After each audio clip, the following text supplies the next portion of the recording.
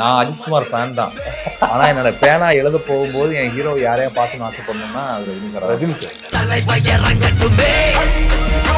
Periyar Maniammai Institute of Science and Technology, Tanjavur. CSE with specialization in AI and ML, data science, cybersecurity and more. கிரியாஸின் அதிரடி ஆடி sale 70% வரை தள்ளுபடி. கிரியாஸ், இது நம்ம family. தங்கம் விற்று ஃபாஸ்டா பணம் பெற ஃபாஸ்ட் மணி கோல்ட் 9655796557. அன்னையிலேருந்து இன்ன வரைக்கும் எந்த நாள் ஆனாலும் சரி நான் எழுதுற கதை எல்லாமே ரஜினி சார் கதை இருக்கும். ஆனால் எந்த ரஜினி சார் இந்த படத்தில் வந்து தர்மத்தின் தலைவனோட ஃபர்ஸ்ட் ஹாஃப் ரஜினி சார் தான் நான் கதை எழுதிருக்கேன். Unusual casting. ஏன்னா இது ஆப்வியஸா கவின் அண்ட் நயன்தாரா அப்படின்னு வரும்போது அந்த ஏஜ் டிஃபரன்ஸ் எல்லா மைண்ட் செட்லயும் அது ஒரு பேசும் பொருள் ஆகும் தெரியும். அதுக்காக தான் பண்ணவே செஞ்சது. 99% கான்ஃபிடன்ஸ் 1% டவுட்ல மேம் ஓகேவான்னு கேட்டேன். மேம் 115% சொன்னாங்க 100க்கு போயிடலான்னு. ஏன்னா இப்போ நான் கவின் சாரை பார்க்குறேன். கவின் சார் வேற படங்களுக்கு கெட்டப் மாற்ற மாட்டேங்கிறாரு. மற்ற படம் டேரக்டர்ஸ் கூப்பிட்டு கேட்குறாங்க. அவர் எப்போனா ஹாய் ஆரம்பிச்சிடும், அதுக்காக நான் உட்காந்துருக்கேன், இந்த கெட்டப்பில் போகிறேன், உங்கள் படத்தை நான் இதுலேருந்து கொஞ்சம் சேஞ்ச் பண்ணிட்டு வரேன், மொத்தமாக கெட்டப் மாற்ற முடியாது, ஹாய் கடி கொடுன்றாரு. அது கம்ஃபர்டபுள் அப்படிங்கிறது. அது கம்ஃபர்டபுள். அந்த கான்ஃபிடன்ஸ் ஜாஸ்தி எனக்கு வச்சு காட்டிடுறேன். இப்போ ரைட்டிங்ல சொல்றீங்க, நீங்க ரைட்டிங்ல எழுதிட்டீங்க, சீன் பை சீனா டெவலப் ஆகுது, ஸ்கிரீன் பிளேயா ஒரு சாட்டிஸ்ஃபேக்ஷன் வருது. இது எத்தனை டிராஃப்ட்ல இது ஃபைனல் பண்ணீங்க இந்த ஹாய் பொறுத்த வரைக்கும்? ஏன் சார் போச்சு சார், 6-7 டிராஃப்ட். 6-7 கண்டிப்பாக போகும் சார். ஏன்னா முதல் டிராஃப்ட் வந்து எப்பவுமே வந்துட்டு நம்மள எல்லா ஐடியாவுமா இருக்கும். ஆமாம், மொத்தமாக எல்லாத்தையும் கொட்டியிருப்போம். அது அப்படியே செதிலாக வெட்டி ஒரு 6வது டிராஃப்ட் வரும். ஓகே, அதுக்கப்புறம் 6வது படிச்சு பார்க்கும்போது தெரியும் தேவையில்லாமல் சிலதெல்லாம் வெட்டி வச்சிருக்கோம், சிலதெல்லாம் தேவை அப்படின்னு சொல்லி 7வது டிராஃப்ட் நடக்கும். இந்த 7 டிராஃப்ட் முடிஞ்சதுக்கு அப்புறம் தான் சார் ஷூட்டிங் போவோம். ஷூட்டிங் போகும்போது ஆர்டிஸ்ட் டிராஃப்ட்னு ஒரு டிராஃப்ட் வரும். ஏன்னா இப்போ ஒரு சில சீக்வன்ஸ்லாம் வந்துட்டு நம்ம எடுக்க போக வந்துட்டு சிலதெல்லாம் மாற்றுவோம். ஓகே, ஷூட்டிங்க்கு ஏற்ப மாற்றுவோம். அதுதான் நான் சொல்கிற டிராஃப்ட். இப்போ வந்துட்டு இப்போது கவின் சாரோட ப்ளஸ் இந்த 2-3 சீக்வன்ஸில் இதுவாக இருந்திருக்கும். ஆனால் நான் டவுன் ப்ளே பண்ணியிருப்பேன். அப்போ நான் அதை ஏற்றிப்பேன். நான் போகும்போது இப்போ ஏன்னா ஒரு ஆர்டிஸ்ட் தெரிஞ்சதுக்கப்புறம் நம்ம சில வளைவு நினைவு சொல்லலாம் பண்ணுவோம். புரியுது. நான் இவரை வச்சுட்டு இத்தோண்டு கம்மியாக எழுதிருக்கேன், இன்னும் ஒரு 4 படி மேலே ஏற்றிக்கலாமே, இந்த டோனை ஏற்றிக்கலாமேன்றதெல்லாம் போகும். ஸோ அதுக்கு ஸ்கோப் விட்டு வச்சிடணும். ஓகே, ஏன்னா இப்போ மிஷ்கின் சார் படமா இருந்துச்சுன்னா எல்லாருமே மிஷ்கின் சார் மாதிரியே இருந்தா போதும்.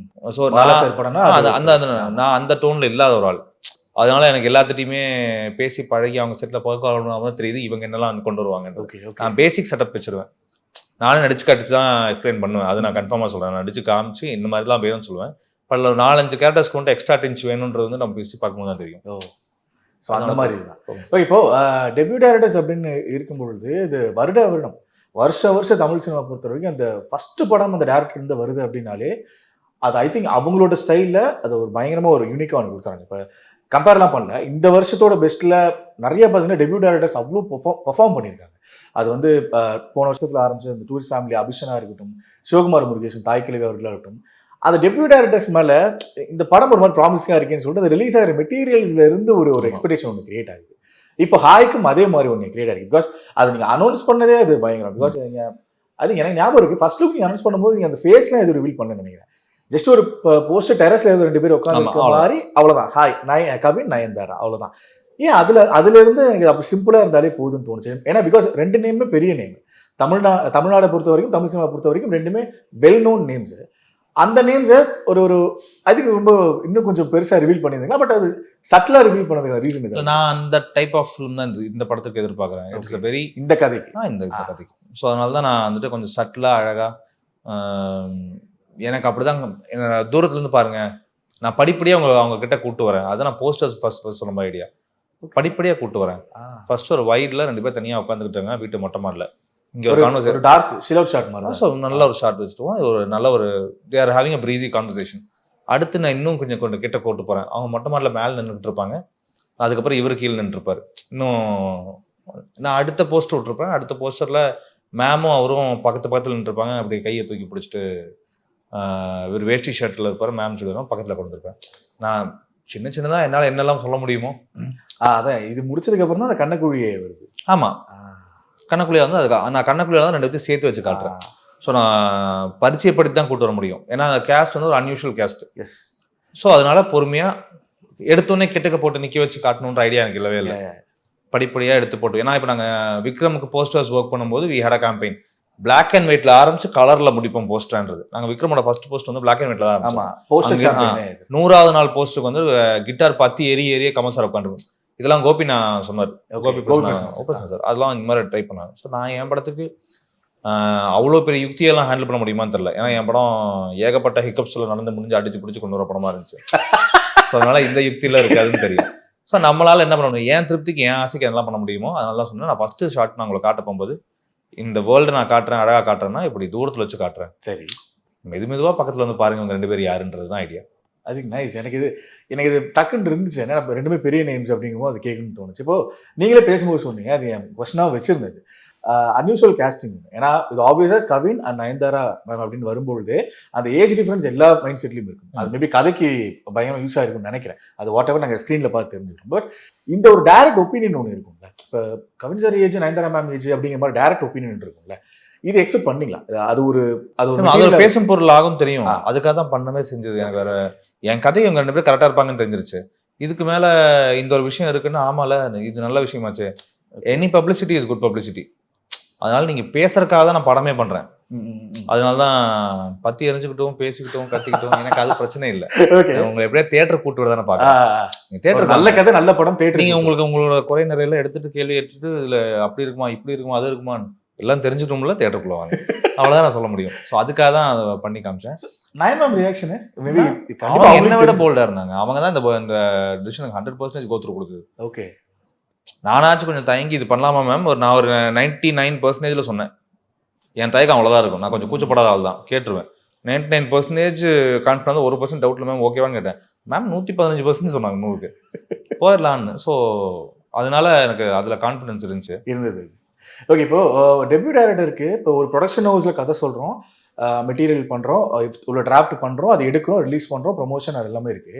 பட் அது ஹாய் பொறுத்த வரைக்குமே அந்த ஒரு பேனர் சம்மந்தப்பட்டது இல்லை. ஏன்னா போஸ்டர்ஸ்ல 7 ஸ்கிரீன் இருக்காங்க, ரவுடி பிக்சர்ஸ் இருக்காங்க, ஜி ஆல்சோ இருக்காங்க, அவ்வளோ இது இருக்கு. ஸோ மேபி ஒரு சீனுக்கோ இல்லை ஒரு லொக்கேஷனுக்கோ ஏதோ ஒரு அப்ரூவலுக்கு இங்கே போயிட்டு அங்கே போயிட்டு அது சம்திங் ஏதோ ஒன்று இருந்திருக்கும். ஒரு டெபியூ டைரக்டர் இந்த இத்தனை பெரிய நேம்ஸ்க்கு நடுவில் இந்த படம் எடுத்து முடிக்கிறதுல எவ்வளவு ப்ரெஷர் இருக்கு? அந்த ப்ரொடக்ஷன் ஹவுசஸ் கேட்கல, ஒரு ஃபர்ஸ்ட் படத்துல 3 ப்ரொடக்ஷன் ஹவுசஸ் இல்லை சார். அது எனக்கு அந்த 3 ப்ரொடக்ஷன் ஹெல்ப் தான் சார் ஆச்சு. ஹெல்ப் ஏன்னா நான் தான் நீங்கள் முதல் கேட்ட கேள்வியில் தான் இருந்துச்சு. படம் வந்து நீங்கள் ஃபர்ஸ்ட் ப்ரெசென்ட் பண்ணும்போது 2024 நான் ப்ரெசென்ட் பண்ணேன் ஜூலையில். அதான் ஃபர்ஸ்ட் ஒரு ஃபோட்டோ மட்டும் எடுத்துட்டு முதல் நாள் ஷூட்டிங் வந்து மேமும் கவின் சார் பக்கத்து நிற்கிற மாதிரி ஒரு ஃபோட்டோ எடுத்து போட்டுருந்தோம். அங்கே ஆரம்பிச்சு ஒரு பாயிண்ட்ல படம் ஹால்ட் ஆச்சு. அது அன்னோன் ரீசன்ஸ் யாருக்கு இல்லை. அதுக்கப்புறம் ஜி உள்ள வந்தாங்க. அப்புறம் ரவுடி எக்ஸிகியூஷன் எடுத்துக்கிச்சு. ஏன்னா ஃபர்ஸ்ட் லலித் சார் எக்ஸிகியூஷன் போயிட்டு இருந்துச்சு. அப்புறம் ரவுடி எடுத்துக்கிச்சு. அண்ட் ரவுடியும் லலித் சாரும் சேர்ந்து ஜியோட கைகோத்து தான் திருப்பியும் ஷூட்டிங் நடந்து போச்சு. Okay okay. அதனால எனக்கு அது ரெண்டாவது எல்லா சைட்லேருந்து ஹெல்ப் தான் கிடைச்சது. ஓகே எதுவுமே ஆமா. ஏன்னா ஒரு இடியாப்ப சிக்கல்ல மாட்டிட்டு இருக்குன்னு மட்டும் தெரியும். இப்போ நீங்க ஆஃப் லேட் ரிலீஸ் ஆன கருப்பு வரைக்குமே ஏகப்பட்ட ரீசன்ஸ் இருக்கு. ஏன் ரிலீஸ் ஆகல, ஏன் வரல, போல, தள்ளி போறது எல்லாமே. அது எண்ட் ஆஃப் த டே அந்த ப்ரொடியூசர் அதுக்கான கஷ்டப்படுவாங்க. இப்போ யாருக்குமே படத்தை உட்கார ஹோல்டிங் வச்சிருக்க மாட்டாங்க. ஆமா, அடிச்சு பிடிச்சி போறதா சில என்ன பண்றதுன்னே தெரியாத சில சிக்கல்ல மாட்டும் போது தான் லலித் சாரும் நயன் மேமும் சரி ஜியும் சரி 3 பேர் சேர்ந்து ஹெல்ப் பண்ணி தான் இதை எப்படியாச்சும் கொண்டு வெளியே எடுத்துருவோம். ஏன்னா அது ப்ராடக்டா நல்லா இருக்கு. ஏன்னா அது end of the day sir நம்ம என்ன வேணா சொல்லிக்கலாம், என்ன வேணா எழுதிக்கலாம். நம்ம ஃபுட்டேஜ் மட்டும் தான் சார் நம்மளை காப்பாற்றும். நம்ம எடுத்த அதான் என்னதான் அப்பா அம்மா நான் பிள்ளைங்க தான் காப்பாற்றணுவாங்களே சார். அந்த மாதிரி என் பிள்ளை தான் என்னை காப்பாற்றும். ஸோ என் படம் தான் என்னை கொண்டு வந்து காப்பாற்றும். Okay okay. ஸோ என் ஃபுட்டேஜ் நல்லா இருந்துச்சு, ஒர்க் அவுட் ஆச்சு. ஸோ இந்த கஷ்டத்துக்கு நடுவில் இழுத்துட்டு போயிடலாம், கண்டிப்பாக இது ஒர்க் அவுட் ஆகும் அப்படின்னு நம்பிக்கை என்னை தாண்டி எப்பவுமே மற்றவங்களுக்கு வேணும் சார் நம்ம ப்ராஜெக்ட் மேலே. இல்லாட்டி நம்ம பணம் போட்டவங்க அதனால தான் சார் ஃபுட்டேஜ் தான் காப்பாற்றுன்னு சொல்கிறேன். ஏன்னா எனக்கு எப்பவுமே என் குழந்தை நல்ல குழந்தை தான், சூப்பராக நல்லா. ஆனால் மற்றவங்க அதுக்கு மேலே இன்வெஸ்ட் பண்ணணும்னு வருவாங்கன்னா அது மேலே அவங்களுக்கு ஒரு நம்பிக்கை வரணும் இல்லையா? எனக்கு அந்த இடம் தான் வந்துட்டு எனக்கு ப்ரூவ் ஆச்சு. ஓகே, ஏன்னா இத்தனை பேர் வந்துட்டு அதை இழுக்கு பார்க்குறாங்க பண்ணுவாங்க அப்படிங்க. ஏன்னா இப்போ நான் கவின் சாரை பார்க்குறேன், கவின் சார் வேற படங்களுக்கு கெட்டப் மாற்ற மாட்டேங்கிறாரு. மற்ற படம் டேரக்டர்ஸ் கூப்பிட்டு கேட்குறாங்க, அவர் எப்போனா ஹாய் ஆரம்பிச்சிடும், அதுக்காக நான் உட்காந்துருக்கேன், இந்த கெட்டப்பில் போகிறேன், உங்கள் படத்தை நான் இதுலேருந்து கொஞ்சம் சேஞ்ச் பண்ணிட்டு வரேன், மொத்தமாக கெட்டப் மாற்ற முடியாது, ஹாய் கடிப்படுன்றார். அப்படியா? அவர் என்ன நயன் மேம்க்கு நான் பண்ணாத ஃபோன் கால் கிடையாது. அப்படி வேணும் இப்படி நான் நீ கொஞ்சம் பொறுமையாக நான் உனக்கு பண்ணித்தரேன், நான் கொடுத்த வாக்கு தான், நான் பண்ணித்தரேன், நான் பண்ணிடலாம் டைமில். ஸோ அதெல்லாம் இப்போ இந்த ப்ரொடக்ஷன் ஹவுஸில் அது இருந்துச்சு. லலித் சார் அதே தான் விஷ்ணு, சில பஞ்சாயத்துகள் போயிட்டு விஷ்ணு, பட் ஆனால் படம் நல்லா இருக்கு, நம்ம ஏன் விட்டுற போகிறோம் இருங்க. ஆமாம் அந்த ஹோப் இருந்துச்சு சார். எல்லா சரி. side- ஒண்ணுக்கு 3 ப்ரொடியூசர் ஆகும்போது ஹோப் கொஞ்சம் எக்ஸ்ட்ராவாக தான் இருந்துச்சு. இல்ல ஐ திங்க் நான் பர்சனலா ஏன்னா என்னோட ஒப்பீனியன்ல இது ஒரு மாதிரி டெபியூட் ஆர்டிஸ்டுக்கு ரொம்ப ப்ரெஷரா இருந்திருக்குமோங்கிற ஃபீல் எனக்கு இருந்தது. அதனாலதான் எனக்கு இந்த பிரச்சனை தெரியலைங்க சார். ஏன்னா எனக்கு கிடைச்ச ப்ரொடியூசர்ல இப்போ எக்ஸிபிஷனில் லலித் சார் சைடில் இருந்து பண்ணும்போதும் சரி, அதுக்கப்புறம் ரவுடி 9 மேம் ஃபுல்லாக எடுத்து நம்ம பண்ணலாம் கொண்டு போவோம்னு சொல்லுவோம் சரி, மயில் வாகனம் குபேர்லாம் தான் எடுத்து பண்ணிட்டு இருந்தாங்க. எனக்கு கம்ஃபர்டபுளாக கம்ஃபர்டபுளா இருந்தது. ஓகே, இப்போ இந்த ஃபீல் குட் அப்படிங்கிற ஒரு ஜேர்னர் அது தமிழ் சினிமால ஃபுல் ஃபிளெஜ்டா இல்ல அட்லீஸ்ட் ஒரு 3 மந்த்ஸ்க்கு கொஞ்சம் பார்க்க முடியுதா அப்படின்னு கேட்டா கொஞ்சம் ரேரா. ஏன்னா லாஸ்ட் 2-3 இயர்ஸா வந்துட்டு இருக்கு. அது டூரிஸ்ட் ஃபேமிலி ஆரம்பிச்சு, குட் நைட்ல ஆரம்பிச்சு, அந்த $1 million ப்ரொடக்ஷன் ஹவுசஸ் ஒன்று பண்ணிட்டு இருக்காங்க.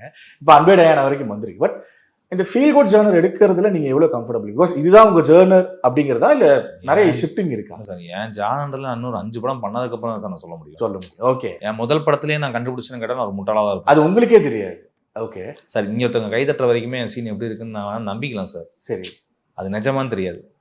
நாளைக்கு என் ஆடியன்ஸ் போட்டு இதை அவங்க கை தட்டி சிரிக்கும் போது தான் தெரியும். ஓகே, நான் ஆஹா ஓஹோ பயங்கரமான ஜோக் அப்படின்னு எழுதி ரெடி பண்ணியிருப்பேன். அவனுக்கு சிரிப்பே வராது. இதெல்லாம் எங்கள் ஊரில் பயங்கரமாக சிரிப்பாங்க அப்படின்னு நான் சொல்லிக்கலாம். பசங்க சிரிப்பானுங்க, நம்ம பசங்க சொல்லிக்கலாம் சார். சிரிப்பாங்க. அதெல்லாம் உண்மை சார். அதனால அந்த இடத்துக்கு நான் போகவே மாட்டேன். எனக்கு எப்பவுமே ஒரு 3 படம் 4 படம் ஆகும்னு நம்புற ஒரு ஆள் சார் நான். அதெல்லாம் ஆனால் தான் இப்போ இந்த ஜானர் நம்மளுக்கு வருது போல. இப்போ நான் போனா போகட்டும் ஒரு பாட்டு எழுதினேன். அன்றைக்கே நான் ரிசர்ச்லாம் ஆக கிடையாது. அப்புறம் பொலக்கட்டும் பரப்புறோம்னு ஒரு பாட்டு எழுதினேன்.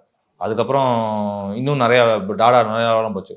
போர்க்கண்ட சிங்கம் எழுதி முடிக்கும் போது ஓகே நம்ம ஓரளவுக்கு நல்லா தான் எழுதுறோம் போல, ஓகே ஓரளவுக்கு டீசெண்டாக எழுதுறோம். உங்களுக்கு ஐடென்டிஃபை பண்றதுக்கே ஆமா சார், 3 பாட்டு நம்ம நல்லா ஒரு 7-8 பாட்டு எழுதணும். நம்மளுக்கு புரிஞ்சு எனக்கு என் அறிவுக்கு ஏற்ற விஷயங்களுக்கு நமக்கு அறிவு கம்மி, அதனால எட்டது கொஞ்சம் டைம் எடுக்கும். ஸோ பொறுமையாக எடுத்து போட்டு பார்த்துக்கலாம்.